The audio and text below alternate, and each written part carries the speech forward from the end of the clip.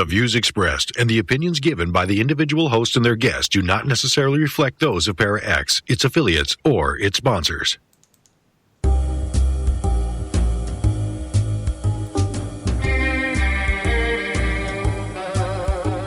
Step outside of your comfort zone.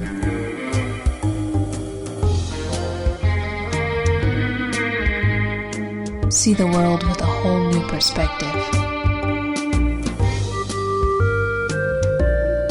Join us and experience the unexplained on the Paranormal View. And welcome everybody right here to the Paranormal View on the ParaX Radio Network. I want to thank everybody for being here with us tonight. Those in the chat room and those listening from around the world, we appreciate each and every one. Tonight, if you got questions, you can private chat them to either H. Foister or Ceiling Cat, and we will get those answered for you. And if you're listening from around the world somewhere and you'd like to come over to be in the chat room with all these wonderful people, you can go over to paraxradionetwork.com and click on the Chat Now button and follow instructions, and you'll be in with all these wonderful people. You can talk with them and talk with us and ask questions. But if you don't want to come to the chat room and you got questions, you can send a question to us to the paranormalview@gmail.com, and we will get that answered for you. Also, tonight, I haven't seen Jeff yet, so he may not make it. He might be working. I haven't heard from him. But we do have Barbara Duncan with us. Yep, I'm here. And we got a guest tonight. She's been on before. And I have, I got a little thing here somewhere. She's even been to a couple of our events that Paranormal View holds in Gettysburg. Always love to talk with her and have a great time. She is a paranormal investigator. She's a Reiki Master, and she is in parapsychology. So I didn't write down a whole bunch of stuff on her due to the fact that it would take me an hour and a half to read everything. So, but I want to welcome Darcie McGrath. Thanks, Henry. I mean, you're into an awfully lot of stuff, and to try and go through all of it, Jeff had probably had it broke down real easy, but I had too much other stuff I've been trying to do and wasn't able to. So, however, we have lots of stuff to talk about tonight, and I guess first of all, you're traveling right now. You just pulled over side of the road and talking with us. Oh yeah. It's summertime. As soon as the thaw hits and the roads are decent, I'm on the road. So that's just the way of the lay of the land, I guess. Well, now when you go to Gettysburg, how long does it take you to drive to Gettysburg? Oh, about 13 hours. 13 hours. That's about how long it takes me to go from here to Florida. Yeah. Yeah. I can see that. Yeah. Yeah. So, you're traveling, but you was going to take the time to be with us tonight, which I appreciate. And you had some things that we were going to talk about. I think one of the things that we haven't talked a lot about is parapsychology. And this, I printed out a thing of what parapsychology is, and it says parapsychology research is largely conducted by private institutions in several countries and funded through private donations. And the subject almost never appears in mainstream science journals. Most papers about parapsychology are published in a small number of niche journals. Parapsychology has been criticized for continuing investigation despite being unable to provide convincing evidence for the existence of any psychic phenomena after more than a century of research. Ooh, where did you get that? Believe it or not, it was on Wikipedia. Must have been from the Center of Skeptical Inquiry. Well, that's what it said. That's pretty brutal. I know. I think Dr. Julie Beistel would have a few things to say about that. So exactly what is parapsychology then? Parapsychology is the study of human consciousness. So, in other words, it's trying to determine where human consciousness is located, and in a materialistic science sort of way, where it's not. I mean, medical materialism is basically of the understanding that consciousness, it resides in the brain, and once you're dead, you're dead. It doesn't exist any further than that.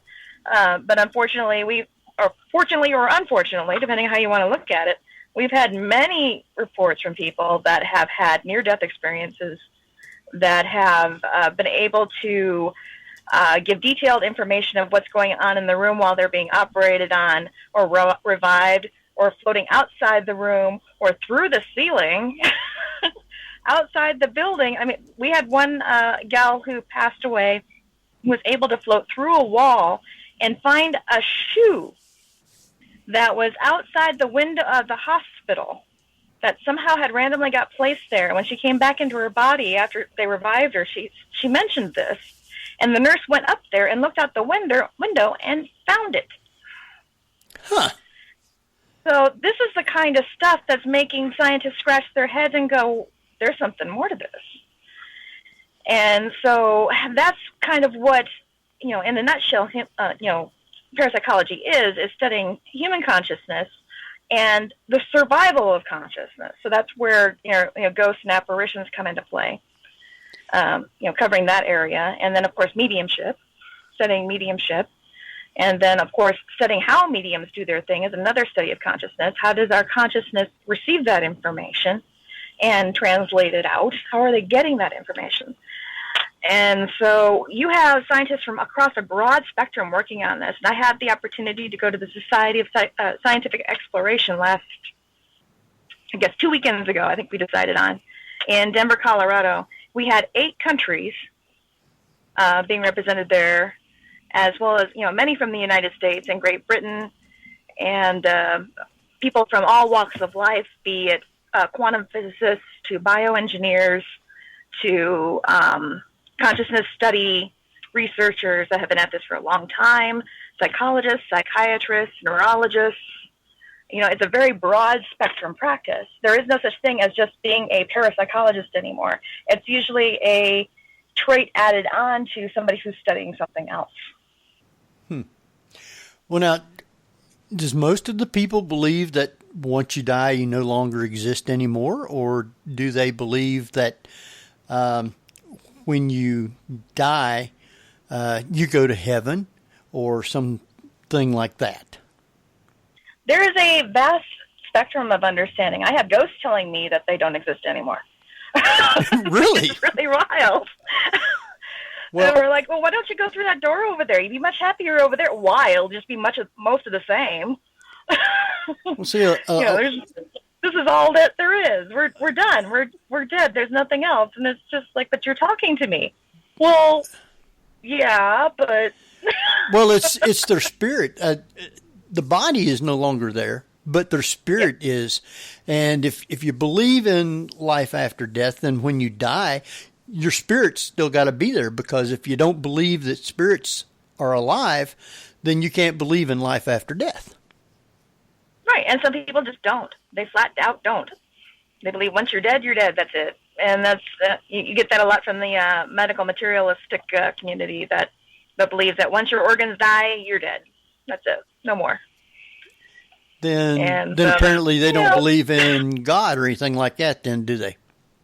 Not really. Yeah. No, you'll find a lot of atheists in the medical field, but you'll find a handful of them that are at least agnostic, because they've seen things happen to their patients that they can't explain. Right. So, and that opens up a whole line of questions. I know Rupert Sheldrake. I don't know how many PhDs that guy's got, and biology and biochemistry and physics, and that wasn't enough for him. He still didn't find the answers of what is life, what is consciousness, what comes after this. And so that's when he started applying all those sciences to parapsychology. And so those are the kind of people that are in the field right now, and that's really kind of exciting, because before it used to be a taboo subject. You didn't dare touch it or you'd lose your tenure. The colleges would just, that's true. Yeah, the colleges would just let you go. It's like, no, we're not going to touch that. We don't need that reputation. Goodbye. Yeah, I think you'll find more people in the physics realm right now that are more into parapsychology than the biomedical fields. Oh, I agree. I really think, in my personal opinion, that quantum physics is going to crack this wide open. And I think there's some other totally quantum physicists. Yeah. But, I've talked to other quantum physicists that agree, too. And they're just like, we're just using different language. I mean, you may have spiritual people talking in this way, but they could apply quantum physics to exactly what they just said. Mm-hmm. And it's intuitively come across. It's like getting the right brain language and the left brain language. They're talking different languages, but they're saying the same truth. Yeah, exactly. So, I mean, I had some challenging conversations today. Is that, you're studying the forbidden. And I'm like, I'm studying the forbidden. What are you talking about? Well, the Bible says. And I'm like, well, the Bible says what? Well, the Bible says that, it says no necromancers. And I'm like, do you know what necromancy is? And like, well, yeah, it's talking to the dead. I said, no. And then I had to go into a definition of what necromancy was. And then they're like, oh, well, I didn't know that's what it meant. And I said, well, why did you think it meant what you thought it meant? Well, somebody told me that. And it's like you need to do, a little bit more than taking somebody else's word for it. You need to do your research. You need to back things up, or it can really mess with you. And like another gentleman that I had today that had some audio recording that he shared with me that showed something pretty dark that was hovering around him. And not only was it saying not so nice things, it was saying not so nice things in 5 different languages and using his voice to do it. Wow. And I'm just like, okay, now we need to look at this, because if it can use your voice to say these not so nice things, it can get in your head and say these not so nice things using your voice. And that can be destructive. Wow. Yeah, and then in the field of parapsychology, you can discover that humans can get in your head and do that exact same thing. Living humans. It can. Yeah. And if it was using just plain English, I would have actually jumped to that first and said, he's got some serious subconscious work that he needs to do and clean this up, But the fact that it was using 5 different languages that he's never spoken a day before in his life made me think that there's something else tapping in here. And but he was pagan, and he doesn't believe in dark. And I'm like, what do you mean you don't believe in dark? You don't believe in bad things? Well, no, I don't believe in evil. I said, no. I said it was dark. I didn't say it was evil. Evil is subjective. And you can apply a lot of religious overtones to evil. But I said, no, this is not meaning you good intent. Let's put it that way, okay? It's bad. It's being naughty. Let's put it that way. We'll skip all the religious talk at all and just put it that way. It doesn't mean you good vibes. So you need to address that in your personal life.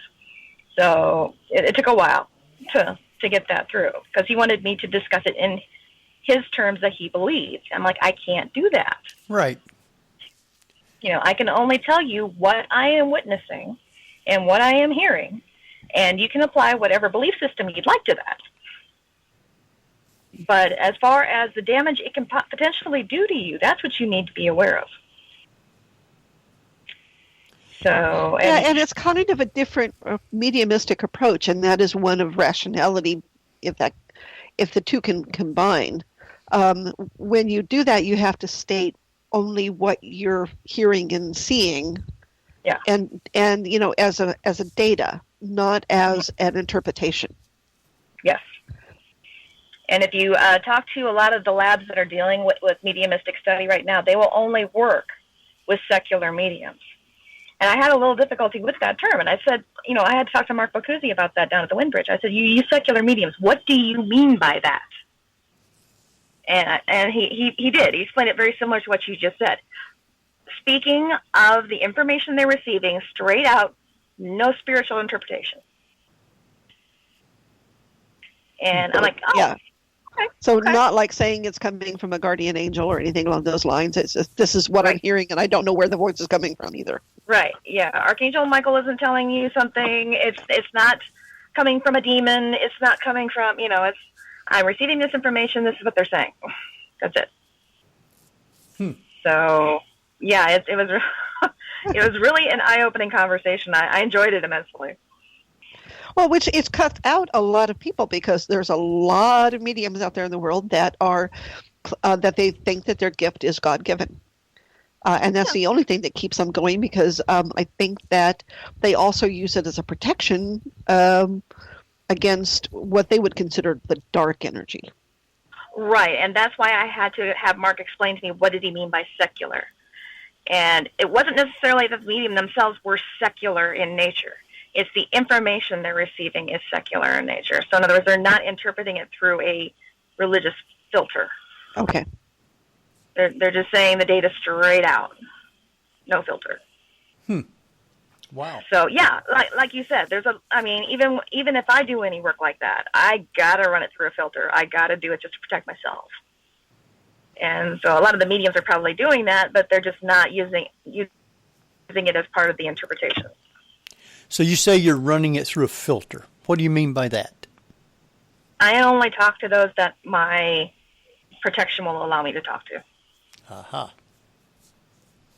So if there's something really nasty in there that's going to mess with me, my filter is going to filter those people out.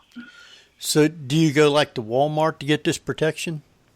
There's a 5-year plan. It's really cheap, You have to change it out every summer, otherwise it gets dirty. Yeah. Yeah, and sometimes the price goes up, so you got to negotiate it again. Well, here's a question for you then. I mean, if you're hearing something and you don't know where it's coming from, you can just simply say, I hear this voice and this is what it's saying. It's not necessarily talking to it. But do you feel that even by simply saying or repeating what it's telling you, that's communication back and forth? You know what I'm saying? That information or that person that's talking to you usually identifies themselves. Okay. And that's all the medium can say. It's like, I'm getting this figure. It's a grandmother energy on your left hand side. I'm saying blonde hair. I'm saying pain in the chest. Somebody here died of a heart attack, and they would just go blah blah blah blah blah, blah like that. Oh. And so the only thing that a sitter in a lab environment would be able to say would be yes or no. Gotcha. They can't give any more information than that. And a lot of that time, that information is written down by a research assistant, and then that is sent to somebody else to tabulate the score. So that's what we call a blind study. That the head researcher is several steps removed from the process. So therefore, the researcher cannot have any direct or indirect impact on the research, because there is a understanding that if you're familiar with quantum mechanics and Niels Bohr principle, an observed event will have changed results versus an unobserved event. Right. So that's why there's a strong belief in the parapsychology field of blind study. So you'll have many layers of really blind study, because you're also taking out the possibility of not just psychic ability but telepathy. Yeah, you're reducing it. You're reducing the chance. they really haven't come up with a really good study to completely eliminate it. Yeah. So there's always going to be that question in there that it could be potentially this or so. But yeah, the blind study is what helps reduce the contamination, I guess you could say. Because I was tempted to put together a study over the holiday weekend where we would be in a private residence, and I would have I shouldn't say two physical mediums. I got to be careful how I use that word. 2 mediums physically present in the home. I would have them go through the house independently with different researchers, and then I would be on the phone with a remote medium, and they'll be giving me their impression, and I might have a second one do it too. And I would be in charge of the remote mediums while the other researchers would be handling the other mediums, so therefore we would be separated from each other. So I wouldn't have any information coming in from the mediums walking around inside the house that might bias me as a researcher talking to the remote mediums. So, But you're talking about remote viewing then, in a sense. remote viewing is kind of a different practice than remote mediumship. Okay.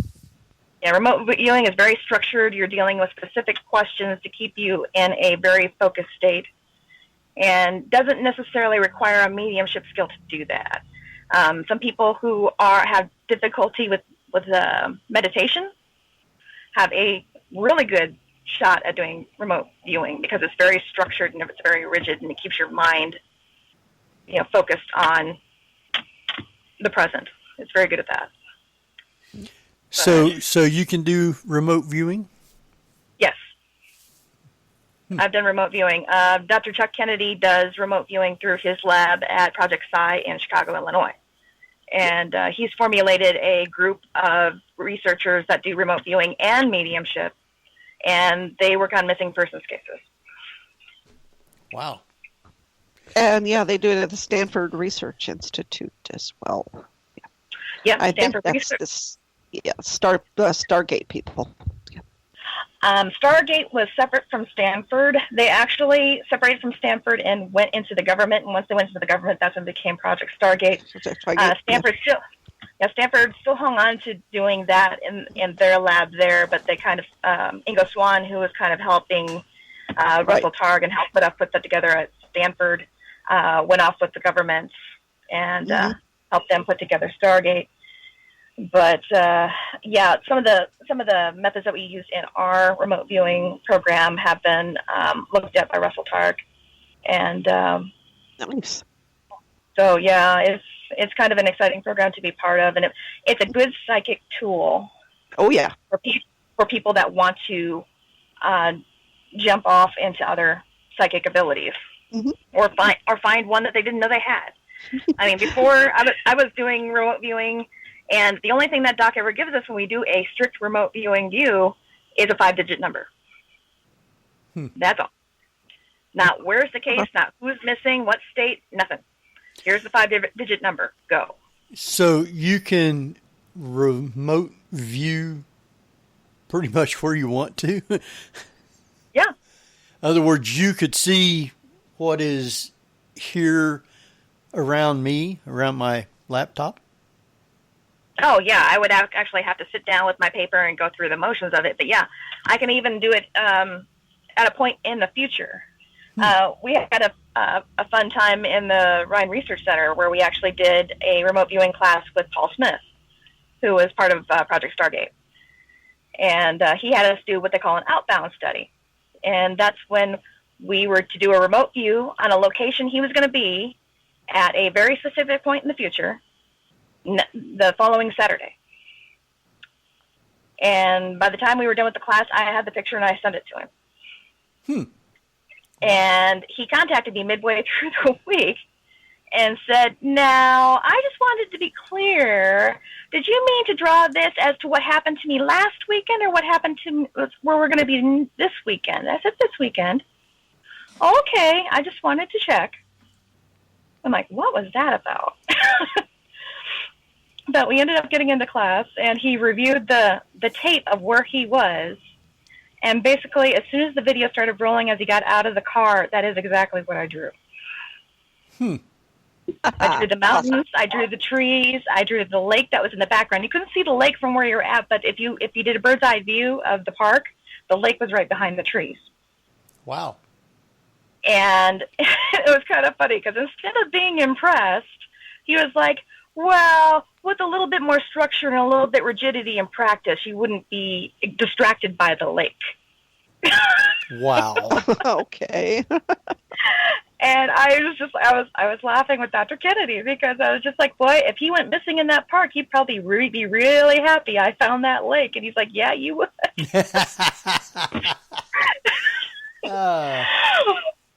But yeah, that's yeah. Well, then I've got something, you might say a little test kind of.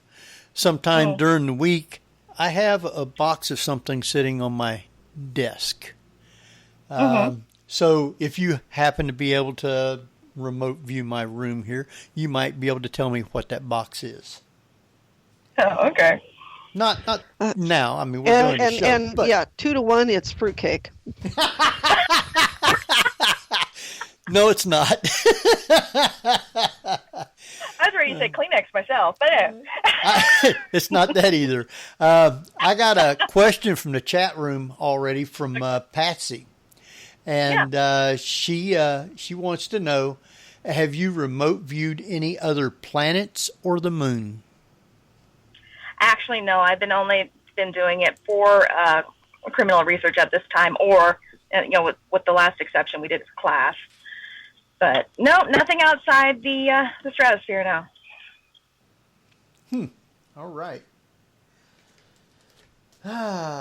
See, I've never even thought about the criminal aspect of it, although it makes sense. But just to be able to, I know in psychic classes that I've worked in the workshops, where you simply just say, show me where this person is.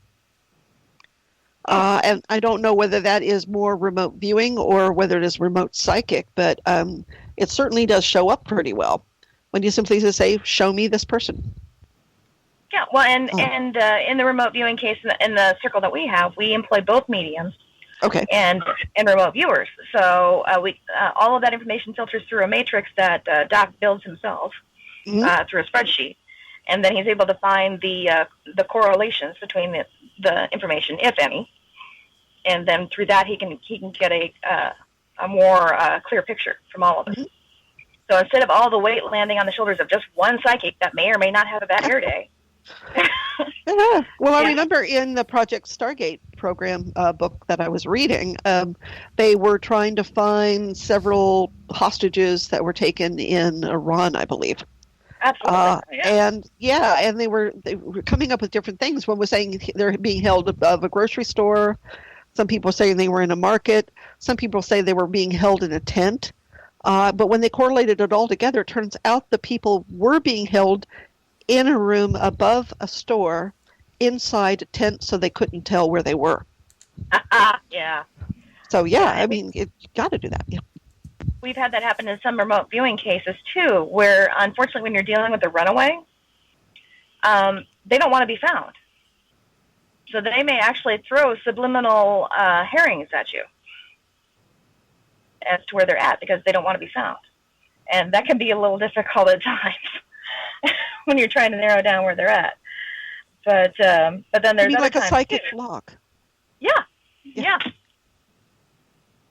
and we had that happen not too long ago, matter of fact. But you can also have human traffickers that would do similar to what you're saying.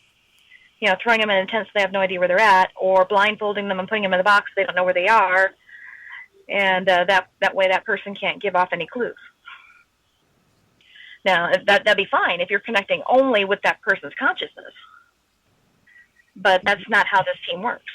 Okay. So you're looking more at the body as opposed to the consciousness. Yeah. Okay. And Doc's got us in a training pattern that if we can't quite get enough information from the view that we're getting, okay, raise our view, say 20 feet up in the air. What do we see from there? So we're not just stuck with one block this is all I see, this is all I see. Well, okay, try going up 20 feet, look down, what do you see now? We did that with a couple missing persons cases in Iowa, and it worked out really well. Unfortunately, we couldn't get law enforcement to listen to us, but in the end, we were able to correlate a lot of that information. So are you basically saying it's better on the remote viewing side, at least, because you're not tapping into the emotional state of the person? Correct. As well. Yeah. Correct. So, and that happens with mediums too, that they can get really emotionally involved, especially if it's a target that evokes that emotion. Say they're a mother, and that little girl reminds them of their daughter. That can really mess with your head when you're trying to get the information and trying to remove the emotion from the picture. And with remote viewing, you don't have that because you don't know what's going on. You don't know who it is. You don't know where they're at. Now that can be a complication in itself too. You may actually pick up on another case that's not even yours. Oh, true. Yeah. So. Oh, we got a great question, and that is, are there people that simply you cannot read? Are they that good at throwing up emotional blocks that you simply can't read them? Oh, absolutely. I mean, any medium or psychic that's been doing this for quite a while can probably attest to that. It's just a frequency that they can't pick up. And if you have a good psychic or medium, they will know to say that and say, yeah, take your money back, or they'll give most of the money back and say, try another time. It might not be a good day for the medium, but then again, it might be the person too. Yeah. There probably are some people that, I guess, even ethically or emotionally, you reach a wall and just go, "Oh, I don't think so." Yeah. Just don't want to go there. Yeah, and it may also be that the medium determines that person just isn't ready to get the message from this individual coming through yet. They're just not ready. They say they're ready, but they're not ready. So it can be damaging to come through and force that information down somebody's throat that's not ready for it yet. Hey, we have Jeffrey Gould with us now. Pretty much. Hey, Jeffrey. Hello. My voice is a little gone. A little gone? What have you been doing? Oh, no, it started getting rough yesterday, and today I had a full shift, and 95% of my time at work is talking to people. Oh, wow. Oh, no. So I can only hope that, A, it gets better tonight. I'm mainstreaming Chicken Soup right now, and that it improves tomorrow, because hopefully I have a commercial call back on Monday, and if my voice sounds like this, blah, that'll be that for that commercial. Two words, Jeffrey. Chat room. Yeah. If only my browser. Yeah, really. If only my browser could do the chat room. Oh. I have two browsers, neither of which like the chat room page anymore. Oh, no. Wow. All right. We've got a lot of stuff that we've been talking about, and hopefully Jeff will be able to maybe ask a question here and there, but I'm sure he'll be typing the show up anyway. So. Oh, yeah. Yeah. Well, I want to go back a little bit, and that is the early days of parapsychology, which was the group that was doing the altered states of consciousness, which kind of falls in with what you're talking about, which is separation of the mind and the body. Mm-hmm. To be able to do remote viewing. I think that probably the Yale or the Harvard School of Medicine, I believe, was working on with the sensory deprivation tanks. Oh, altered states. Maimonides? Is that Maimonides? Yeah. Yeah, ASPR, American Society for Psychical Research. Mm-hmm. Yeah, they were trying to do some of that with Alex Janus, and decided they were going to switch over and try to do the deprivation stuff to see if that would improve things with other subjects, not just Alex. But yeah, that they have. You can actually do that today. It's probably more available to people to try to do that today if they want to. They have the salt tanks. Yeah. Saltwater tanks that you can go float in. Some have actually tried the, what do you call it, the Sub-Zero? What do they call that? Where you get into the cryo tanks. Cryo tanks, yeah. Oh, no, thank you. I'm like, no, I don't want to do that. Yikes. But even Graham Nickel, who is at the forefront of out-of-body research, recommended the flotation tanks for that sort of thing. Yeah, it seemed to. Well, I mean, in those days they were also using mescaline, but that's a whole other ballgame. Yeah, that's a whole other group of people. Yeah. But yeah, it seems to me it's very interesting how for some people, they need that kickstart to be able to do out of body or remote viewing. I'm not sure how you feel about the difference between remote viewing and bilocation. And if there's a correlation between the stuff that you're doing with that. Well, if you read the information on remote viewing, and if you ask the people, especially those from Stargate, they will say in no way do they leave and go anywhere. And, bilocation is actually being witnessed in two places at once.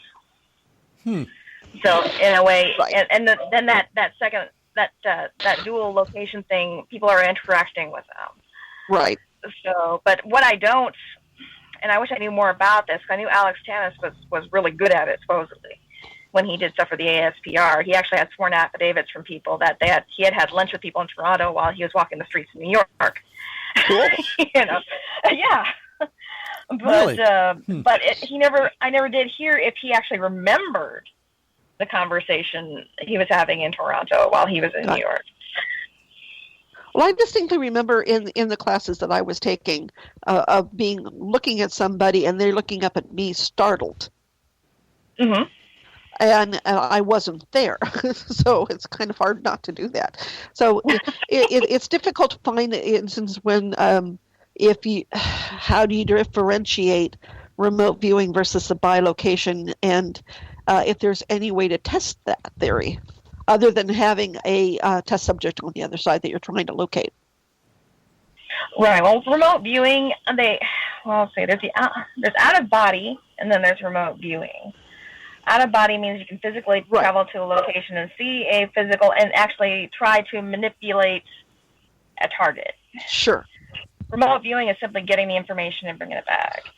Right. So remote viewing, there is no manipulation of anything physical.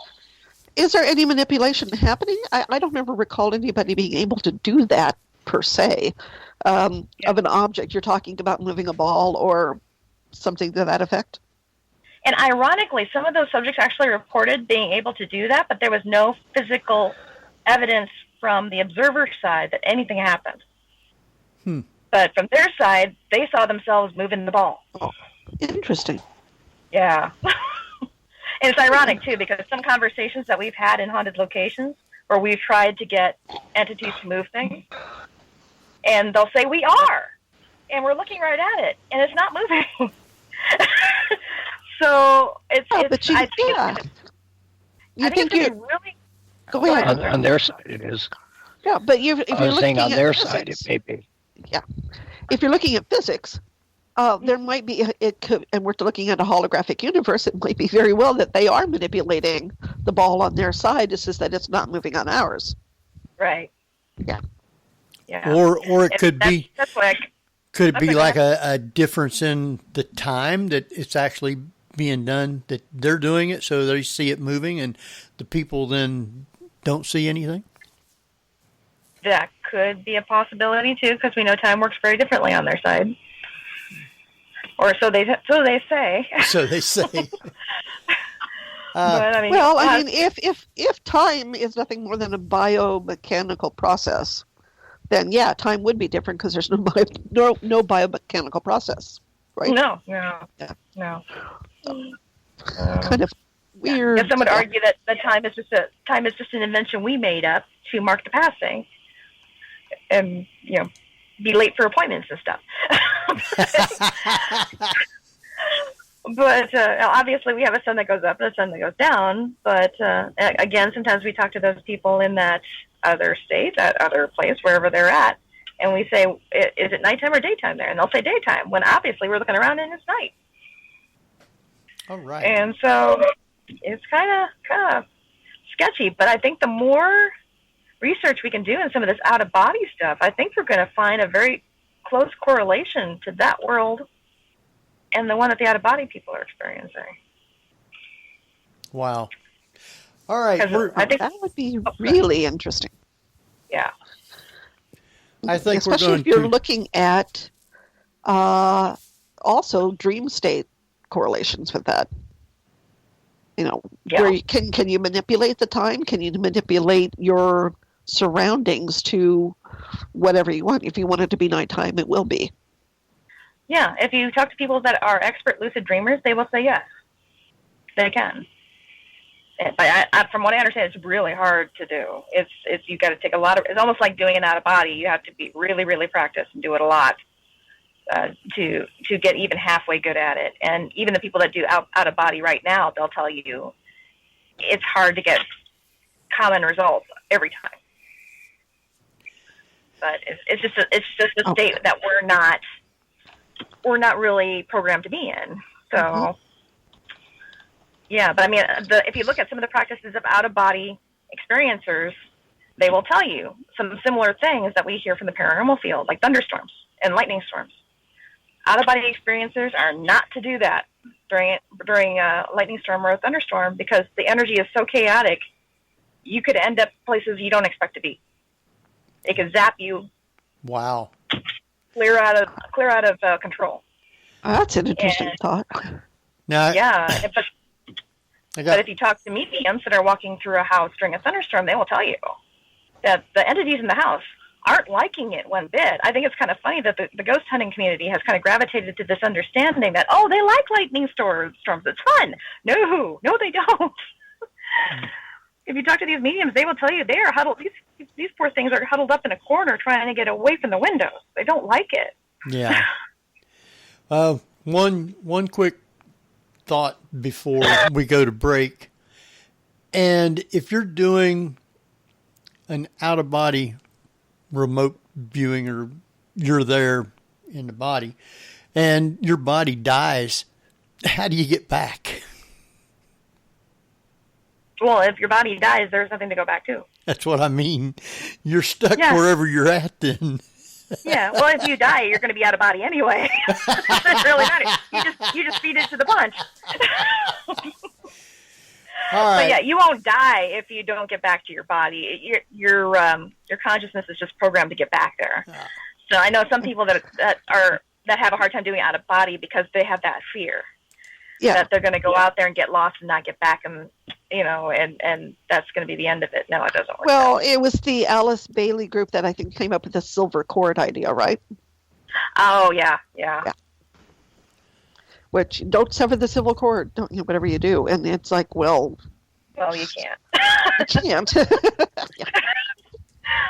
All right, I think we're going to go ahead and take a quick break, and Darcie, your mic will be live on your phone, so try not to make noise. No singing along with the music? Yeah, no.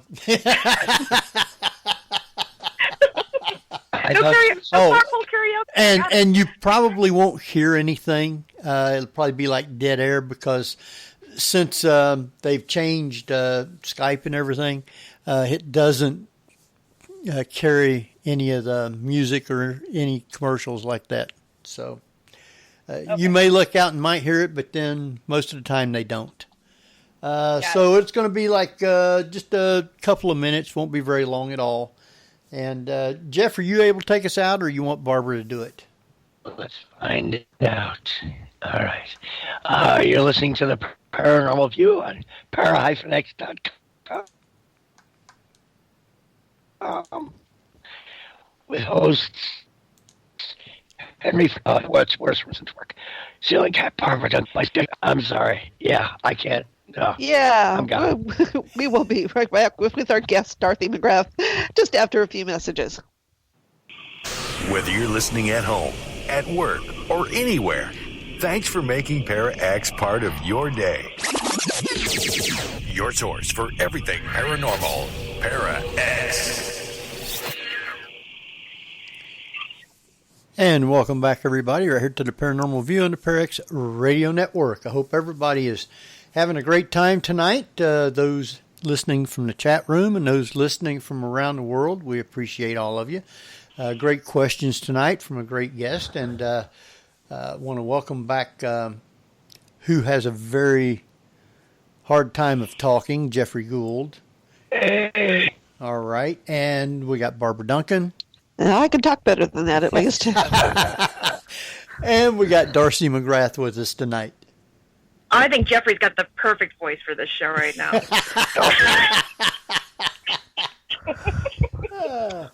Well, speaking of people from around the world, Barbara, where do we have listeners?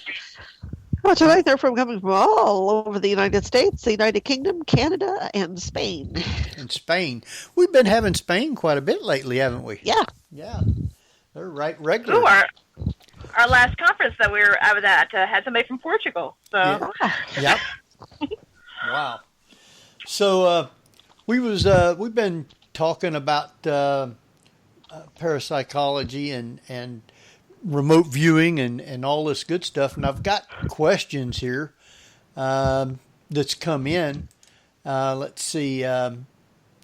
It's pretty much, I don't guess it's exactly what I'd asked before we left, but it's from Coffee for Dessert, and wanted to know, has there ever been a case where someone was doing an out-of-body and wasn't able to get back right away? Like they might have got lost or almost lost? Not that I'm aware of. There's usually a time limit for these kind of things, and for most experiencers, it's not long enough. They wish it was longer. But there is some times where they're trying to get back to their body earlier, and they might have a hard time getting right back there. But usually if they wait just a minute or two, they usually snap right back. All right. Well, it's kind of like a hypnotic state, right, where you physically keep somebody under by reinforcing it. You want to go back to consciousness. Yeah, there's a practitioner by the name of William Bowman. He works at the Robert Monroe Institute, and he does most of their remote viewing stuff. And he has several successful remote viewing out of body experience programs. And what he usually recommends when you're in the out of body state and you're losing your lucidity, like you're not quite retaining or focus, you're supposed to use the phrase "consciousness now," almost as a reinforcement, and that usually brings things back into focus again. Interesting. Okay. Now, I've never successfully got out of body, so I haven't been able to tell you if it works or not. But he does recognize that as a challenge, and he said for most in Buddhist meditation practices, at least where I did, in order to stay in that meditative state, and when thoughts start crowding in, you simply say no. So I guess you need that trigger word to do this with. It's same with a hypnotic state, it seems to me.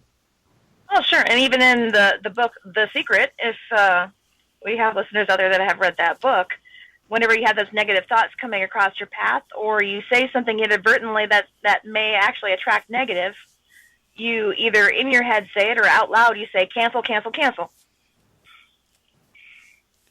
And that actual physical act of doing that will help release the anxiety attached to that negativity. Now, I guess the party whom you're trying to reach is not available. It doesn't work very well. So if someone's doing an out of body and they're somewhere and somebody comes in not knowing and starts talking to the guy and wakes him up, does that body automatically come back to the body? It may snap back, yeah. It may snap back. What happens if it doesn't? Yeah, and if you're not ready for it, I think I have had a couple experiences where I have been out of body, but I just didn't retain the event. Sometimes when that body snaps back, it hurts. Wow. It almost feels like somebody kicks you in the gut. Wow. And at first I thought, like, gosh, who's in this room? Who's attacking me? And then I talked to somebody who had actually done out of body on a regular experience. They're like, oh, yeah, you snapped back. That's what that was. I'm like, oh, is that what that feels like? Oh, wow. Okay. Well, seriously, if you're doing something like that, you have to really be focused and I guess practice at it for a long time before you can do anything like that. I can't focus on something long enough to do it. Yeah, you just got to find your right trigger method that you want to use. And there's multiple methods, especially if you go through. There are many books out there on out-of-body experience or experiments and how to do them. And, William Bowman's got a couple books out there, too. And I think he's got 5 or 6 different techniques that you can try. And it takes practice. And, and I'm ADD. So, yeah, I have trouble with that whole focus thing, too. So, yeah, I understand. So I have a question for you then, as a paranormal researcher and investigator, and doing this type of work. Have you ever come across what is known as a haunted location that's actually haunted by a living person doing astral projection or out-of-body experience? A conscious projection? No. I've seen people haunt their own houses. Really? You know, the after image, image of themselves is in the environment there, and I've had other people that have witnessed people that they've recognized in the house, as living down the street, but somehow their younger image is somehow trapped in the upstairs bedroom, but it's not conscious, it's not communicating. But there has been, I think Robert Monroe talks about it in one of his books, where he actually did a out of body where he arrived in a house. He was looking for somebody, and he ended up in the wrong address. And he ended up walking through the house, and this little girl looked up at him and started talking to him. Oh, wow. Huh. And he was just as shocked as, the little girl. It didn't faze her one bit, but it completely shocked Robert Monroe. And Wow. So he started talking to her. And then the next thing he knows, the parents are coming into the room because she's talking to somebody. And they look up and they see him too. And they're freaking out. They don't know what to make of it. The only one that wasn't freaking out was the little girl. So, Robert Monroe, being the polite guy that he is, found out that he had probably overstepped a boundary and overstayed his welcome, and he decided to politely duck out. Wow. But, that's crazy. Yeah, I mean, his books are fun to read, and it's the early experiments in out-of-body experience. And if you read other people that are doing it nowadays, their experiences are a little bit more fluid than his, because he had these accidental experiences, and he was still trying to wrap his brain around what this was all about. Now we have a little bit more of a lab understanding of it, anyway. Got another question from the chat room from Nyla. Excuse me. And she said she can travel to her sister's house 4 hours away in her mind. So would that make it easier for her to do actual out-of-body experience? She had went there to do a cleansing and protection to the outside of her house. Mm-hmm. Oh, I wouldn't see why not. The fact that she was able to get to from one point to another, that's excellent. Some people have trouble being that exact. Wow. Okay, if I go downstairs sometime and she's not there, then I might know where she's at, right? There you go. So let's talk a little bit about urban legend and these haunted locations that people claim, that like Bunnyman Bridge or situations like that, where you go in and you do hear haunted noises, etc. And how much of that can be generated by sheer thought, and how much of that is made up? I mean, because obviously our subconscious does quite a bit. Oh, yeah. I think if you have a number of people that are believing in a certain series of events, they can actually make them appear. I mean, we have poltergeists already out there in the field that investigators encounter and researchers encounter that are projections from living people. And it's their subconscious belief that's solidifying this and making it real out there. So imagine how much power you could give something if a group of people actually concentrated in and submitted that information. Now, would you consider a telekinetic just a practice poltergeist activity? Poltergeist activity is what we call RSPK, which is recurrent spontaneous psychokinesis. So that means there's no control there. Absolutely. Yeah, telekinetic is well, and we call it psychokinetic really because telekinetic has a different connotation to it. But Sure. Psychokinetic is controlled psychokinetic is more directed. It's controlled. And physical. Or at least you're there within the room doing it, as opposed to, I guess, do you have to be on site in order for poltergeist activity to happen? The Nope. trigger person. Nope. Okay. No, I've been the target of a psychic attack before by a poltergeist, and the person was clear across town. Wow. Yeah. So they is it a subconscious projection? Yes. Okay. And sometimes, if people are undergoing, if they're processing a very negative event, they can actually detach themselves from that energy. And that energy can try to will itself into being on its own. And those get really scary. Sure. So what happens? Yeah. What happens when that energy tries to go back home? Usually that person's already blocked it off, so it can't. It has to willingly take it back in. And a lot of times people don't want it. So the answer is no. But as a result, though, that energy is out there floating around to feed off of whatever it can to survive. And usually it's the energy it's made up of, and it's not good stuff. So it may actually stick around in a house that it's been discarded at and cause turmoil and chaos and aggression amongst family members to feed off of that aggression. So that can get ugly. How would you know there's something like that in your house if you didn't feel the attack to start with?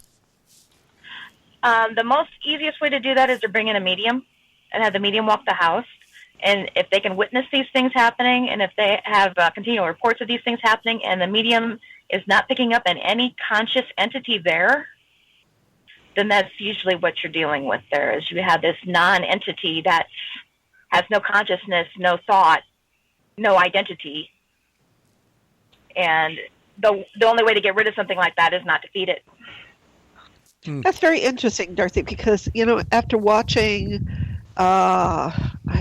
Amy Allen do her walkthroughs sometimes, and she comes up with these entities that look like trees, and that's exactly what she says, is that it's made up of energy that really wasn't a human, but a projected ball of energy, basically, that developed its own,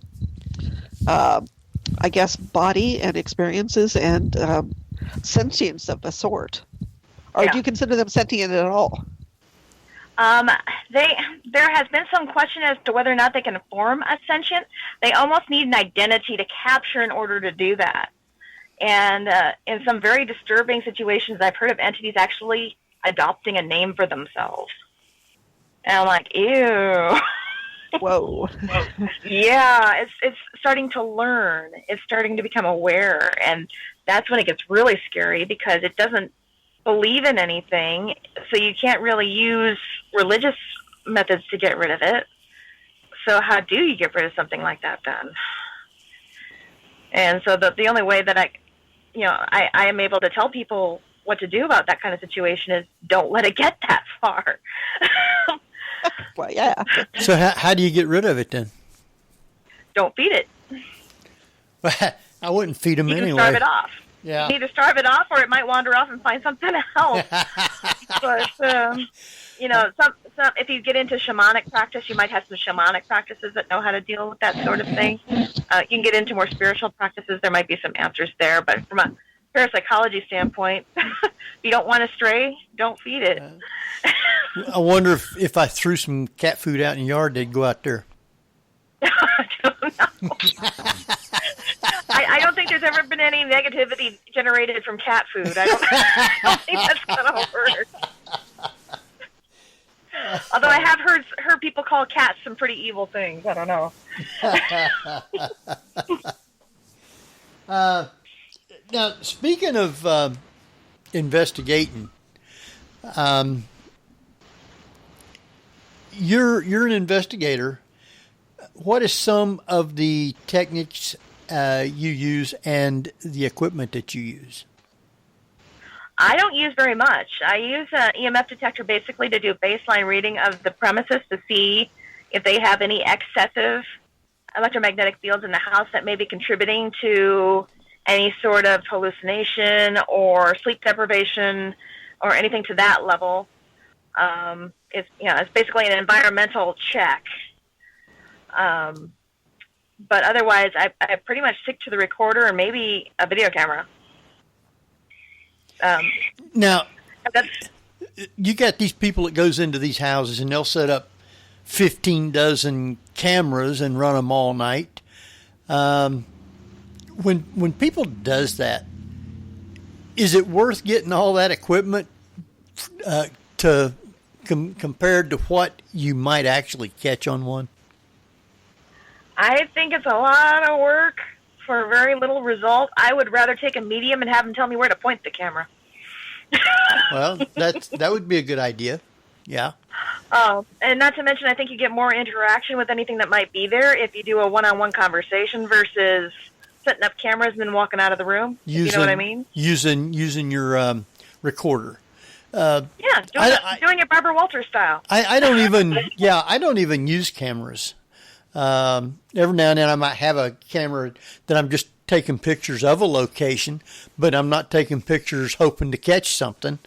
But a recorder is the main thing that I use. What do you think on some of the new types of equipment that they have, such as REM pods and SLS cameras? I think it's kind of overboard. I mean, if it's actually commercially released with schematics, then fine, use that. But if you don't know how the thing was built, then you're kind of throwing your money away. I know I've seen some really expensive, flashy, pretty pieces of equipment that have like 5 or 10 different sensors built into it. And I'm like, how do you even know that they shielded those sensors properly? You don't know. Some guy built it out of the back of his garage, and you just gave him $250 for that. And if that's going to be the first thing a skeptic's going to target you for. Is that how is that built? What's the sensor range? What kind of what kind of accelerometer do you have in there? And you're not going to be able to answer any of that because you don't know. So work with what you know. That's the most important part. Know the equipment you've got. So you know how it operates. You know what the shortfalls are. And stick with that. Uh-huh. But, there's a lot of people that still don't understand how a DSLR camera works. Right. They don't. And that's a shame. I mean, because I have a lot of them that show me pictures and like, look at this great picture. And I'm like, oh, gee, what do I tell them? You didn't have your shutter speed set right, and you bounced that flash off of that. They don't want to hear that. They don't want to hear that. No. They want to hear, oh, wow, that's great. But again, it's knowing your equipment and the conditions in which you did it in. I mean, I have people that try to give me audio and want me to listen to it and ask for my opinion, but I'm like, I wasn't there. Mm-hmm. I don't know who was in the room. I don't know what the traffic noise outside was like. I don't know what the carryover noise is from downstairs. I really can't say much about that, So, yeah, I'd say the number one thing is if you're going to have equipment, know exactly how the equipment works and know what anomalies it can throw at you. Well, let me ask you then, do you believe that it's ever going to be possible to have a lab-grown entity who's going to stand there and be able to capture what you know to be true EVPs in a sound room? That can be complicated. Yeah, I can't say. No, it's difficult to it's like field research versus laboratory research, and at some point you have to develop a field research process. Yeah. That if you want to study how a species migrates or how a species acts in their habitat, you have to go to that habitat. You can't do it in a lab. So, is it the difference then between lab-grown experimentation versus field research? Well, there's definitely a big difference between the two. But the other thing we have to realize also is we've never got down to the core of what a ghost is made up of yet. Very true. We only have guesses. And you have people that'll shout from the mountaintops, they're EMF energy. We don't know that. Yeah. There's never been any white paper written that says for any definitive purpose that that's what our energy is made up of. I mean, we have some talk going on in the quantum physics field about subtle energy or subtle matter. And there's still a lot of skepticism in the field and within their own community as to whether or not that exists. And because they don't have a way to measure it. They don't. And it could be that the energy that we're talking about, that these entities are made up of, we don't have the scientific ability to measure yet. True. So it's not impossible. It's just not within our capability right now. So what? But yeah, we can speculate, and I guess that's pretty much all we can do. And we were speculating about black holes for years because we couldn't actually see them. We could tell what the effect was, but never actually be able to see or quantify what a black hole was. Yeah. So now we're getting better at it. We're getting better at it. Yeah. So, as our understanding grows, the more we'll be able to build the instrumentation to be able to test such things. But it's going to take removing a little bit more of the stigma from the field, and maybe quantum physics might actually give us some tools on what to do with that. I get a little frustrated sometimes because quantum physics is so busy looking beyond our stratosphere to test theory, when I think they have plenty of places they could do it right here. But again, they're probably going to get a lot of violent pushback from their own community if they try. Oh yeah. Well, there's still a lot At of least, there's still pushback today as about what free will really is and what consciousness is. Mm-hmm. And you're never going to have an agreement, at least right now anyway, if there's even such thing as a free will. So I mean, you can Yeah, we got to get to consciousness first before we can even think about that. So, what kind of lab would you have to have or build to be able to test all this? You would have to have the right instrumentation. You need to have the sensors to be able to pick up the subtle energy that we're made up of. And we don't have that yet. So yeah, we could have, if we had the sensors to be able to pick up that energy, we could build a lab for it, sure. So you could almost build like a cage full of sensors. If you had a person that was about to pass, and you brought them into the lab to where it's just them and they're in the lab and they pass, you should be able to project their energy and figure out a lot of stuff through that, shouldn't you? Because it would be there in the lab. Maybe it's not. Maybe it's a totally different. Maybe it's a totally different dimensional thing. Could be. It's like we were talking. It's like what we were talking about before with people being out of body and the entities telling us, "Oh yeah, I'm moving it. Can't you see it? I'm moving it." And we're not seeing a thing. That's true. It could be. It's a different dimension, right? With the dimension that we're in. Yeah. Well, would that be considered like the third dimension or something? Fourth or fifth. Fourth, Fifth. Yeah.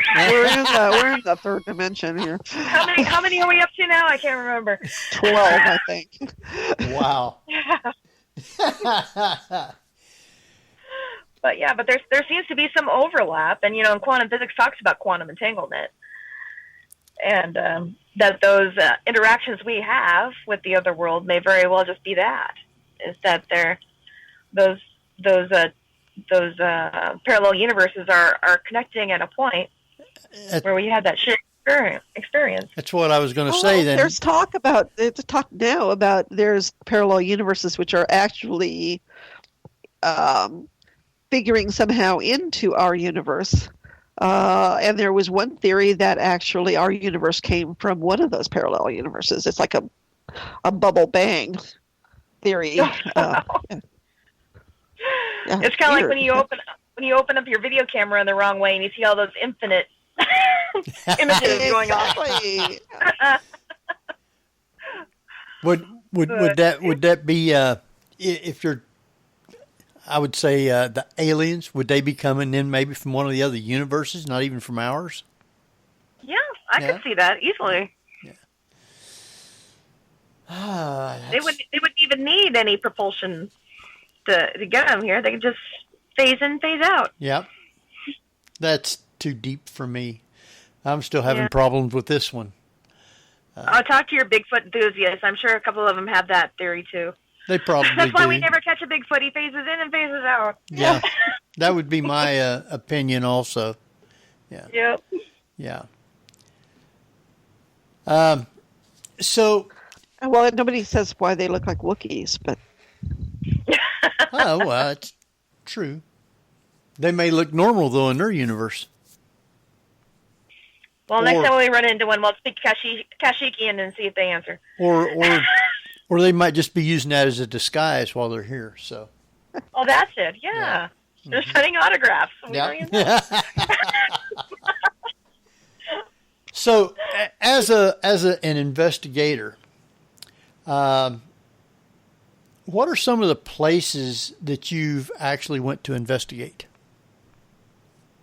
I've been to Whaley House in San Diego. Got to spend the night there. That was quite fascinating.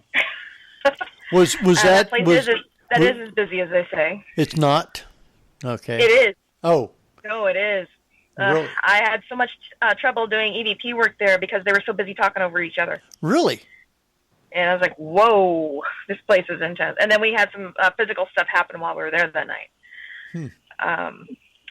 Shadows bouncing across the walls. We had an entity that walked through one of the rooms outside of the courthouse where we were at and walked through a wall. And we thought somebody had come in off the street because it's kind of a bar hop district down there now. And so it's kind of noisy. That was kind of annoying. And we thought somebody had left the front door unlocked and somebody had wandered in drunk or something. And so one of the docents had to run out there and check, and he came back with this big old grin on his face. He said, "Welcome to Whaley House." Huh. So that was pretty funny. Then to the Queen Mary. Went there on Christmas Eve. That was an interesting experience because it was not empty, but it was quiet. So I pretty much had walk of the whole place by myself. I did pick up some EVPs while we were there. Spent most of my time basically in the Midwest doing private consultations. Done some battlefield work, bed and breakfast work. Obviously spent a lot of time out east, Antietam and Gettysburg, and let me think of any place else. St. Augustine. You got to go there? Yeah. I've been there. Did you go up in the lighthouse? Yeah, I did do that. Didn't get a whole lot, though. Lemp Mansion, St. Louis, Missouri. Been there. Is that twice. still open? They still... Oh, yeah. Yeah, they're still running. It's less of a bed and breakfast and more of a spend the night place. Mm-hmm. That was kind of disappointing. I thought it was going to be more like a bed and breakfast. No. Matter of fact, they close up shop at the end of the night and they leave you there by yourself. Really? Wow. And I'm like, whoa, hang on a minute. You guys aren't staying? No. We'll be back in the morning. And oh, by the way, don't go out to your car. If you're still here. I guess the outside district is scarier than what's going on in the house. Oh, really? So I'm like, oh, okay. It's in a rough neighborhood, huh? It's in a rough neighborhood, yeah. I don't go to those places. So, that experience was really interesting because we were actually there a week before TAPS got there. And they did their hour special there. And I think and this is to show how long ago it was, so I'm dating myself. We had about 4 or 5 DVDs full of stuff that we had picked up. Audio-wise, very little video, more audio than anything. And so it was really kind of surprising when TAPS did their reveal. They had next to nothing, just nothing. Well, isn't it like that, though, when you go on investigations? One night you might go and get a lot of stuff, and another night it might just be totally real quiet. Well, and we're not going in with a full sound crew either. Right. Well, I mean, that's... We're kind of going... There's places that you can go to where one night you may not get nothing at all, and then other times you'll get, 4 or 5 or 6 different things. Easily. I think a lot of that has to do with the personality of the investigator, too. If you're coming in with a rough and tumble attitude and the entities aren't up for that, they're not going to come out. Right. That's true. But if, say, you do a lot of quilting and 3 of the ladies of the house that are in spirit do quilting, they might be attached to you and follow you around. Huh. So it all depends on if those entities can find common ground with you. But if they can't, then they're not going to come out. Or if you're totally polar opposite of them, they may not come out at all. So it all depends on what you're asking of them too. I mean, I see a lot of people that will go into a place, slam a door, throw this, yell, say something, do something. They always want them to do that. You ever notice? Oh, yeah. And I remember the place I studied for 5 years. It was a bed and breakfast. The entities there were very cooperative, at least with me. And I actually had one of the entities say, "What are we, circus performers?" It's like, yeah, you don't. Wow. Now, do you notice when you go to do an investigation, if you're with a large group, do you think that because of the large group, most of the time you won't get very much at all? It'll be difficult to weed it out. Okay. I mean, you won't know who's making that noise or this noise. I remember I had an invite to go to a place that was a retired tuberculosis ward, and they brought 15 people along. And I'm like, and this was like a 5-floor facility. And I'm like, okay, so who's got the walkie-talkies? And the guy that was heading the thing up says, walkie-talkies? We don't need no stinking walkie-talkies. We've investigated here for years. We've never needed that. And I'm like, what if something goes wrong? What if somebody has a panic attack? What if there's a medical emergency? What if there's a security concern? What if somebody's walking on the same floor as somebody else and they're not announcing themselves? And there goes the whole night, the whole hour audio session you were just building up to. Right. He didn't get it. And it's just like, no, you got to have controls in place. And we talked about that in Denver because some of the people that were parapsychologists, believe it or not, some of them actually did do investigating and some of them still do. But they will only go with a marked number of people, and that is it. And I agree with that. Because it's going to be so hard to weed out the background noise, somebody's stomach grumbling, or somebody shuffling their foot, or bumping a door, not meaning to, and they're going to be embarrassed and not say it was them. It's complicated when you end up with a large group.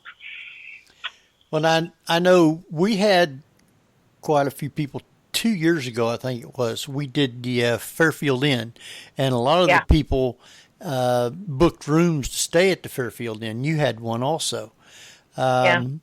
Even though we had quite a few people, were you able to actually get anything from there? It was rough. It really was, because it was difficult to tell if there was noise bleeding through from downstairs or not. I think the biggest issue we had was baselining each room before we started. Right. And baselining, EMF.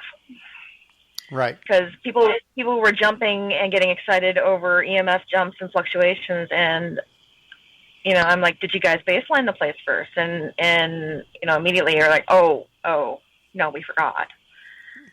And so, screening each room before you go in, and there are quite a few rooms in that place. There is. It's a large place, and we had a lot of people. I think mainly when we have a group that meets up there at Gettysburg, usually it's mostly for the fun of being able to be with everybody. You aren't actually expecting to get a lot. Just because of that, because everybody's fanned out going everywhere. But every now and then you can capture stuff. I just think sometimes we get a little too focused on one instrument. Right. And I know we were in one of the bedrooms for one of the nights, and they spent 15 to 20 minutes talking to the EMF detector, only to find out there was a ballast under the bed they didn't know about. And it's just like, oh... so then everybody got frustrated, and they're like, well, let's go to the next room. There could have been something there. There could have been. But, that kind of blows the fun out of everything, unfortunately. But I think the best we got out of the entire evening is that we had 3 independent mediums walking through the same room, and without even correlating with each other, picking up on the same entity. Yes. That's that was the holy grail for me. the mediums were able to talk with a lot of the spirits, and I'm just sitting there. Well, they're standing right there in the corner. They're doing this, they're doing that, and I'm sitting there looking. I said, I don't see anything. I don't feel anything. I don't hear anything. So I have to just, with a grain of salt, go with them telling me that, and I can't corroborate it, But if you get 2 or 3 mediums telling you the same thing, then there might be a grain of truth to it.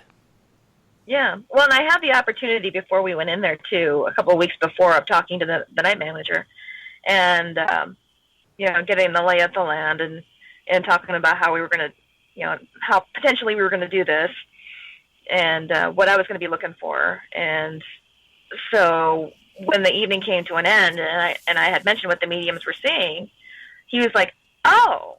And he walked over, and there was this huge barn door leading into the tavern. I don't know if you remember that. Mm-hmm. And he pushed it aside, and there's this picture of this charcoal sketch of this woman. Right. And my jaw just dropped.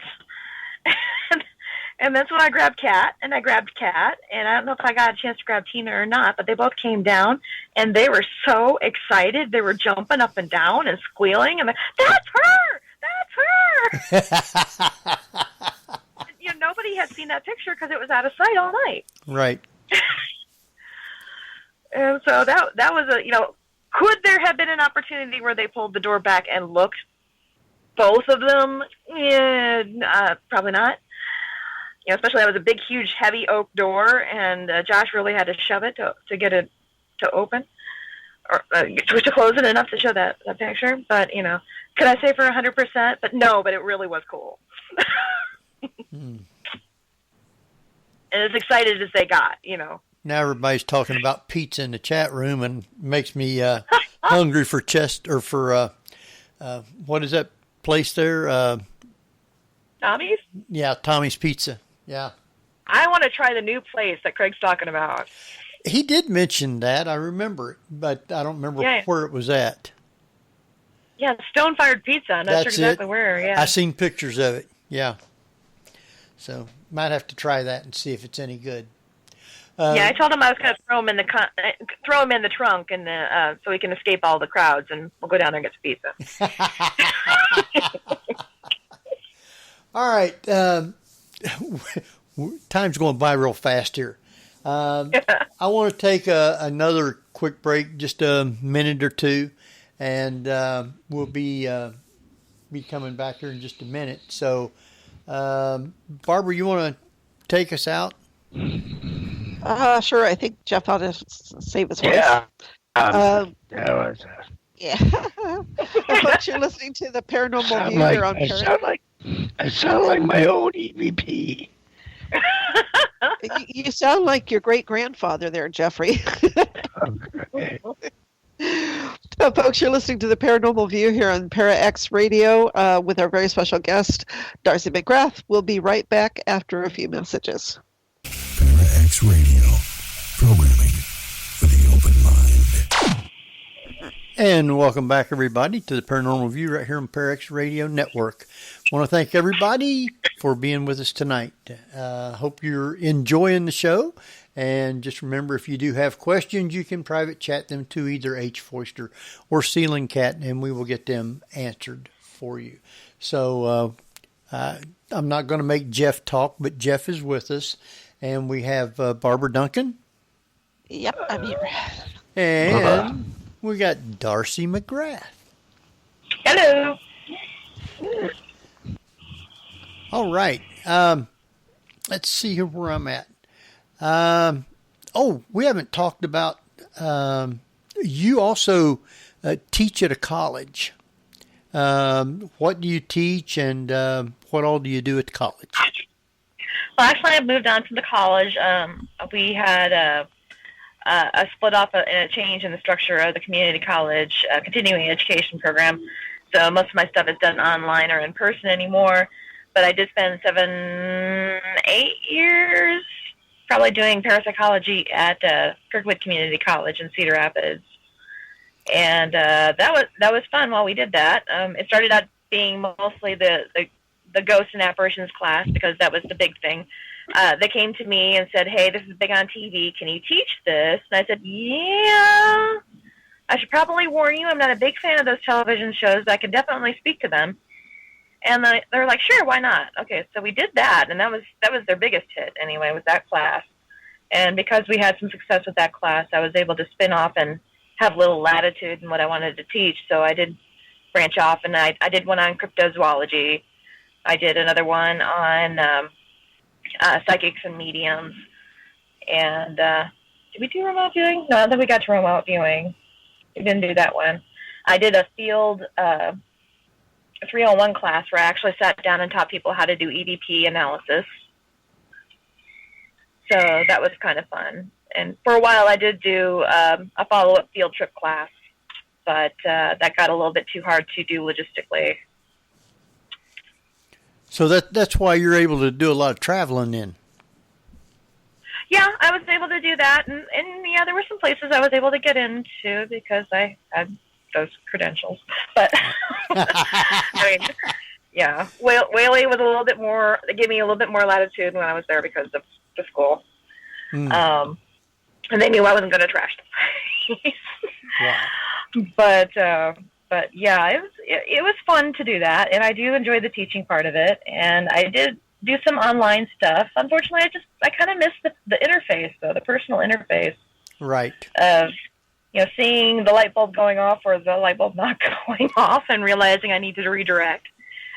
So that's kind of fun, and I might actually get to having maybe some localized classes and maybe just webcamming those and having people log in and join us that way if they want to do that instead of being there in person. And I can still have that interface, and they can still see me. Wow. Well, if we had cameras and did it that way, they'd be able to see you tonight, but we don't do it with cameras, so. It's okay. I got that. And you can go back and find out what the heck happened to Gabe and Walker's in Iowa City. Oh! Did something happen? Well, that's not there anymore. I don't know whether it's still there or not. And that was downtown Iowa City. Oh my gosh, that has changed so much downtown now. Yeah. That's a lot of things. That's where Barbara's from. Yeah.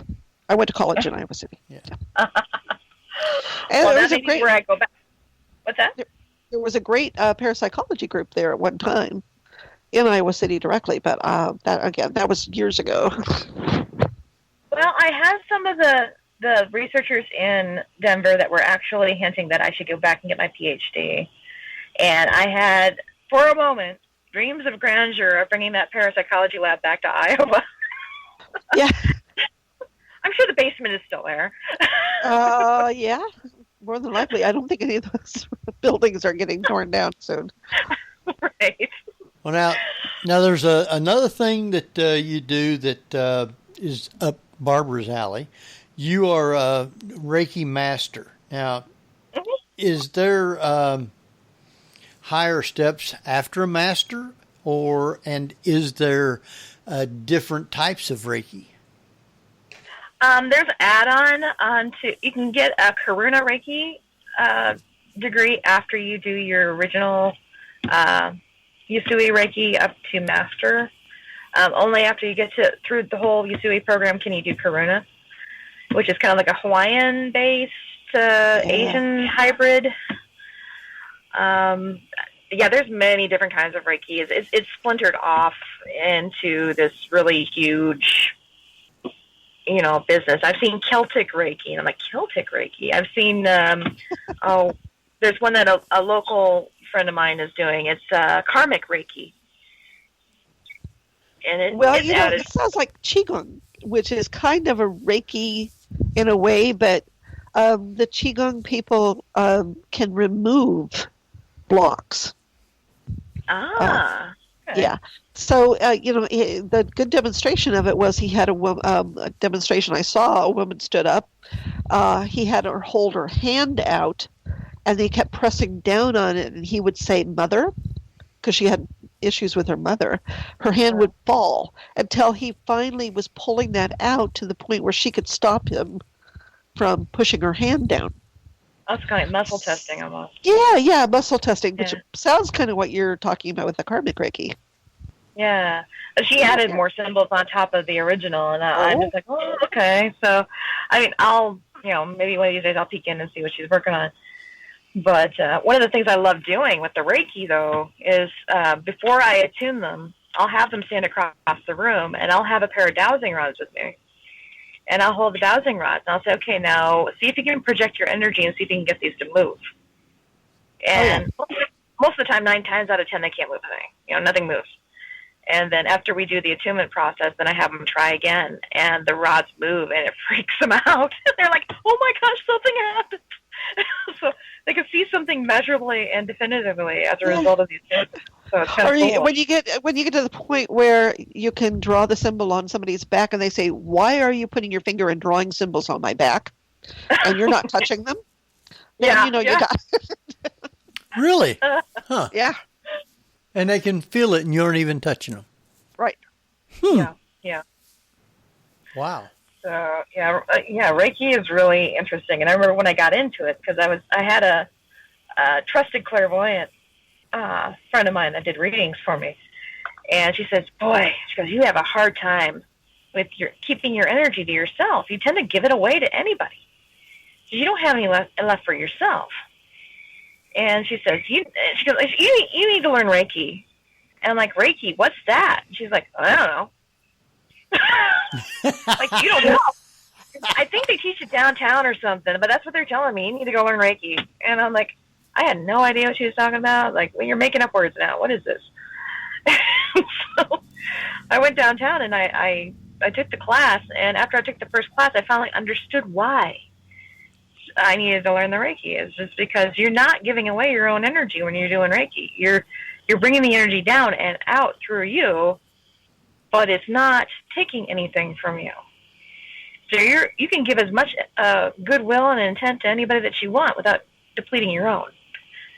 And so I thought that was pretty intense that she was able to tell me where to go and to do this thing, but not even know what it was. Wow. Go ahead, Barbara.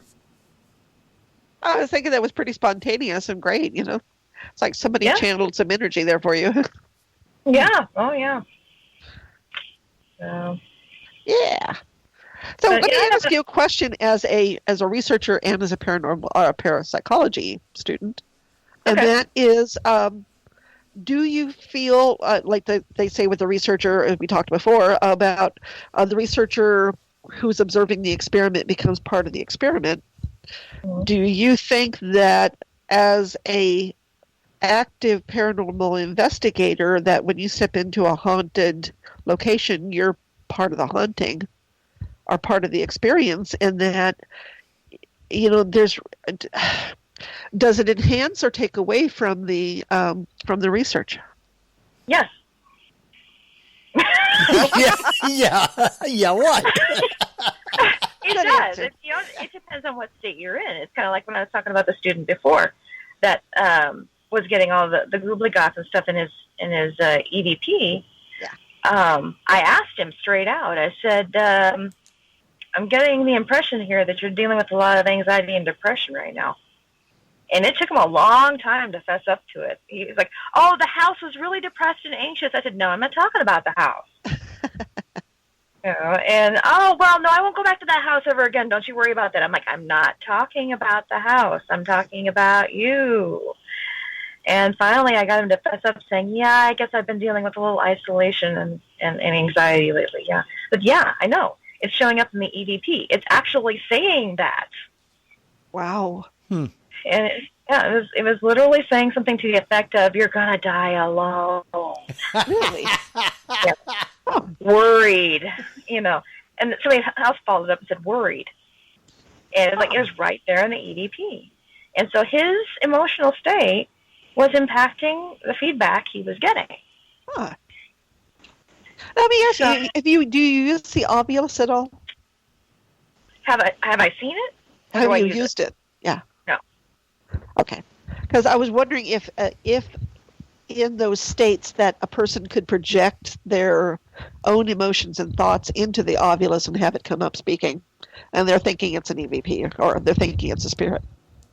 I think it's possible without knowing the schematics of the ovulus, and since it's a proprietary design, and I'm not allowed to see it. We're not allowed to take it apart. Right, yeah, well, especially when you're paying, what, $200, $300? Yeah. But I would love for somebody to do that. Maybe I should see there's an open box, open container thing on YouTube or something. It's actually done it. But just to see what sensors are in there. We have lab results of people that can affect random number generators. Oh, yeah. And so I can't see it would be much of a stretch for somebody to affect a box like that. And, make the words come up the way they want them to. So, and, all depending. Yeah, even with people who do tarot, because they're shuffling the cards. And, of course, if you're shuffling the cards and you want an answer and you're going to come up with the right answer or the answer that you want, you can manipulate those cards. Now, is it quantum entanglement? I don't know. But there's a lot of people who seem to be able to manipulate the cards even with the shuffle. Mm-hmm. Oh, yeah. I've seen people do that with the Zener cards. Oh, yeah. That they use for EFP study. They can make certain cards come up. And, of course, the people at Vegas don't really want those people showing up. but yeah, people at the Rhine have done that in studies where they've been able to make things show up on roulette wheels, make things show up on random number generators. Even Dr. Roger Nelson from Princeton just published his findings in Global Consciousness in his book, how he had the random number generators placed all over the globe, and he would measure the state of the global consciousness by what the random number generators were doing. And he could tell when there were things such as electing the new pope, that the select random number generators throughout Europe would act differently than the rest of the world. Wow. And then his biggest study, of course, was the 9/11 study, where the random number generators started acting up 4 hours before the first plane even hit. Really? Yeah, it's really, really remarkable. And it continued to peak for several days after that. Wow. So it was definitely, something was affecting those random number generators. One can only speculate it was the global consciousness of the world. And a matter of fact, they even asked for the global number generator study to be renamed the EGG, the Electrogaia encephalograph. Okay. So it was the instead of EEG for humans, it was the world. It was the EGG. That's really fascinating to see if it does that with man-made events. Do you find that it works for, like, say, Hurricane Katrina or the tsunami that hit in the Asian continent? Yeah, he found correlations with all of that. Wow. Yeah, and so it was really quite remarkable. And of course, happy events too. Sure. Like the big I forget what the color festival is in India. I forget what it's called. But he had the random number generators spiking over that too. Oh, so happy events just as well, would also, peak those also.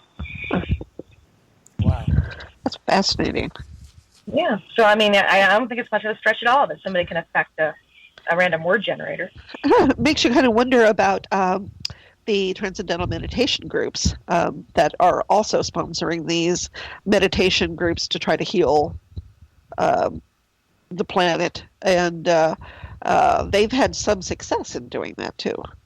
Funny you should mention that. Uh-oh. All right.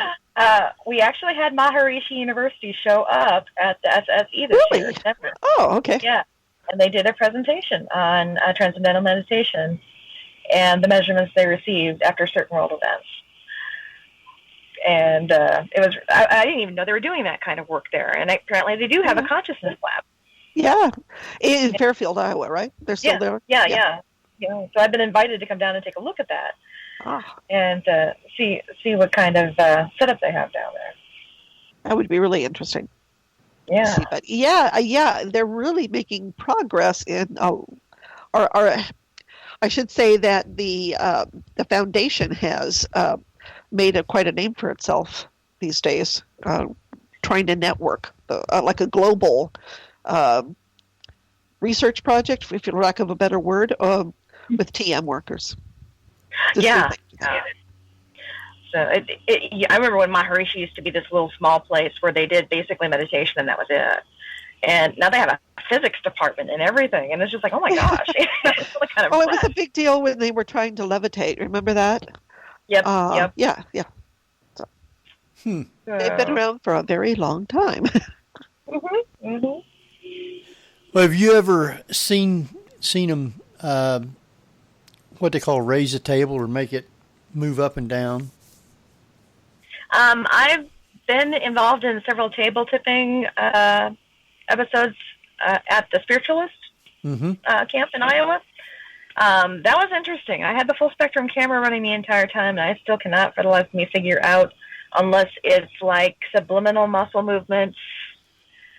It's really hard to tell. I mean, I couldn't. We had that table doing almost a quarter time waltz across that floor. I could not figure out. Yeah. But we weren't doing it all night long. It would come and go in spurts. So, and then sometimes we'd go at it and not get much of anything. So, yeah, it was an interesting experience. I wasn't really used to doing that kind of thing. I mean, I've seen, Ouija boards and, sat in seances before, but I'd never done the table tipping before, so that was interesting. Wow. I've seen it happen one time, and Tim Shaw was leading the thing, and I mean that thing. There was 4 people around it, their hands on top of the table, and some of them wasn't even hardly touching the table at all. But that thing was up and down, walking all around the floor, and so. Yeah, most of the time we had it spinning. We were it would jump every now and then, but not completely off the floor, and it certainly wasn't levitating. But wow! But that was just our experience, though. Okay, so we're down to about 12 minutes. What place would you like to go to investigate? Oh gosh, that would be a tough one because I've had some really good experiences already.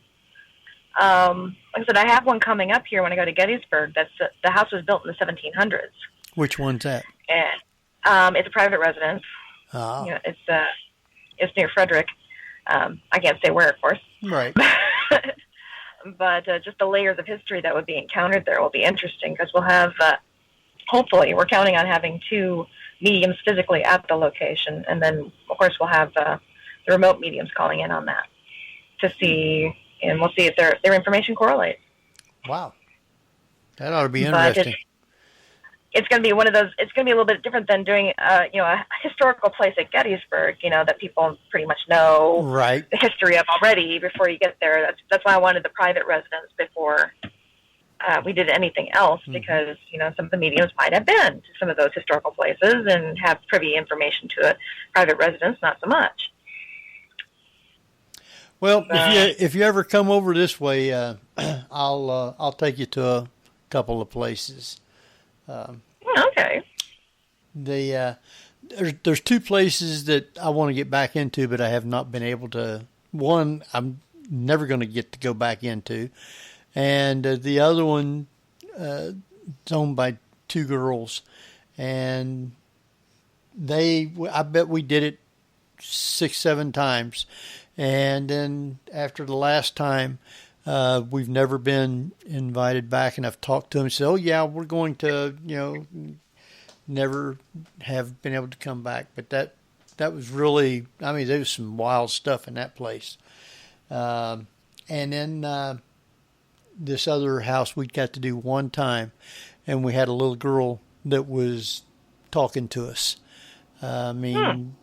We would be asking questions. We had a medium there, and she would say, because I was trying to talk to the little girl because the people that lived there told me that there was a little girl there. And I kept trying to talk to her, and this medium all of a sudden said, she misses her mommy. And as soon as she said that, you hear this little girl saying, Mommy? Yes. I mean, she said it, and then you picked the recording up of a little girl saying it. Now, that's neat. That's, yeah. So.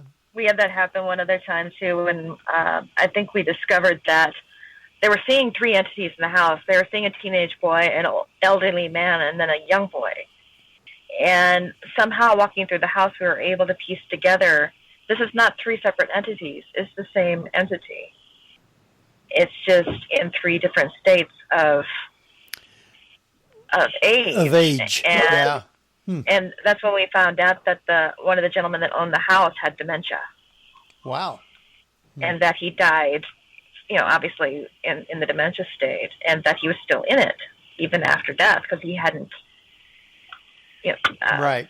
made the transition over. So he was still in kind of like that broken mind state. Wow. And so it's like, how do you get somebody like that to move over? How do you get them to move on where they can be at peace? How do you do this? And I'm like, I said, nobody forgets their mommy. Right. They always want their mommy. And all 3 of us heard out loud this little boy say, Mommy? Yep. And they jumped when they heard it. And it's like, all we can hope for is that, he did go. And I haven't heard anything back from that location since. But wow. But it's interesting. Yeah, we were talking about anthropological parapsychology, and it goes back to some of the beliefs where there's a split. You can split the soul. Yes. And it's the dementia state seems to correlate with that in a lot of ways. Yeah. Oh, yeah. It almost like fragments. Uh-huh. And it's sad to think that somebody could exist for a long time in that state. We had a case down here in Iowa where we were dealing with a wife that had passed away. She had Alzheimer's, and they were having a heck of a time down there trying to get her to cross over. And then they found out that there was a gentleman showing up in the house also, and it turned out it was her husband trying to come back and get her. And she was still lost in that Alzheimer's state, and he was having difficulty, so the only thing he could come to peace to do was to stay with her. And so now they had 2 entities in the house. But I don't know if they ever got that resolved. Huh. Wow. But it's I love the fact that it's a parapsychology when you actually have people with degrees in psychology who can understand that these people were living at one time. The psychology of a ghost and the psychology of a living being are pretty much the same, and you have the same type of emotions and neuroses and what have you to be able to recognize. They're still very human, and that's a discussion that we had too at the conference. And some of the practices that were done in the paranormal field were really frustrating me from a psychology standpoint. Not that I'm a psychology major. I mean, that's what I'm looking at. I think I might go PhD that way. But how they go in and they interrogate the entities. And some of these entities have been through horrific ordeals. And demanding they tell them this, demanding they tell them that, making them relive these horrible events that happened to them while they were alive. We would never do that to a victim. No. I'd like to see him do that sometime, and all of a sudden one of them spirits just slap him right across the face. Oh, yeah. Oh, yeah. I remember when Amy Allen went to Wolf Manor and had a very stern talk with the owner of that place, and was very upset with him selling, paranormal teams trips through there, because the entities in that house were not at rest. They were still very disorganized, discombobulated, and still in that chaotic state of mental unstableness and victimization. And she told him straight out, it's like, how would you like it if somebody noticed that you were living the most horrific moment of your life over and over and over again, And they had the opportunity to help you, but instead sold tickets. Good. And I was just like, oh, thank you. I was just like, yes. I couldn't believe she did that. Well, some people really had a problem with that episode, but I was cheering. I was just like, yes, exactly. Exactly. Well, yeah, it is a reality show. Let me make you relive your pain, kind of. Yeah. Well, a lot of the shows that are on now, it's like they go in and drum up a lot of fake stuff just for ratings. They don't have a good investigative show anymore right now. Oh no, yeah, it's funny too, because ever since they went to Destination America, and I'm assuming it's been a month or two since I've watched it. I assume they're doing the same. Is that it's just back to back to back shows of exactly the same formula over and over. It's almost like there's times I step away from the screen and I'm like, oh, I'm watching the same show. Oh no, this is the second show of somebody else doing exactly the same thing the last show just did. Right. And it's frustrating. I mean, I think television has made things a little bit too cookie cutter. And I know a lot of the producers out there have been pushing for originality. And it's just, there's only so much you can get out of the formula. You just can't. That's right.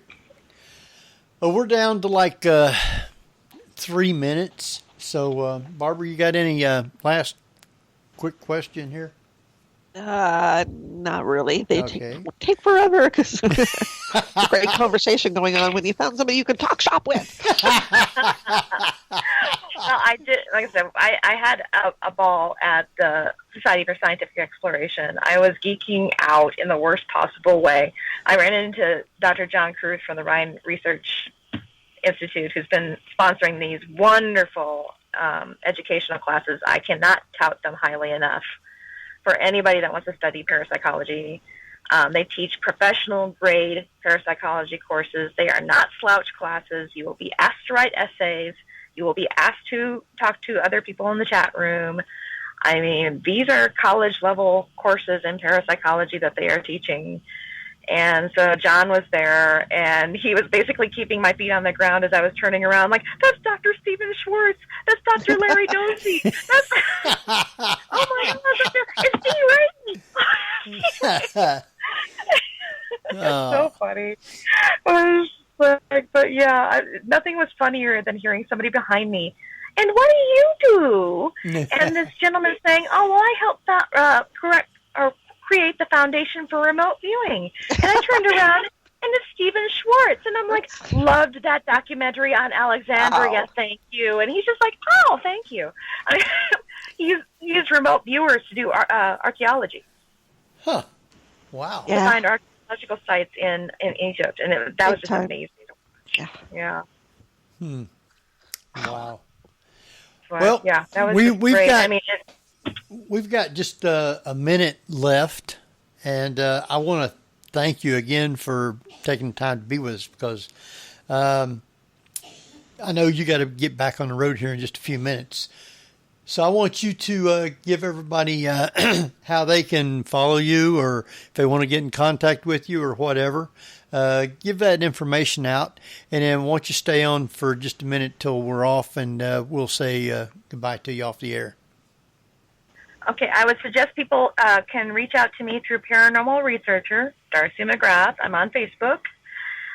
You can also probably follow a little bit of what we're working on at Project Psi, at projectpsi.com, with the remote viewing. Dr. Kennedy does a lot of online classes in remote viewing, and people are interested in looking into that and trying it for themselves. And of course, on the Facebook site, you'll see any of the latest classes or appearances that I'm doing. All right. Well, for Jeff, Jeff is here. He'll type everything up and have it up on our website. And Barbara, you want to give our stuff real quick? Yeah, you can find all of our links at the paranormalview.com. And thank you all for joining us. Yes, we appreciate it. And I want to thank everybody again for being with us tonight. Next week we have Tracy Austin, who has a show, the Tracy Austin Show, and she is deals a lot with UFOs, but now she's into everything. So until next week, this is Henry Foister. Jerry Gold. And Barbara Duncan. All right. Good night, everybody. You've been listening to the Paranormal View on the ParaX Radio Network. Join us again next week at the same time for more of the Paranormal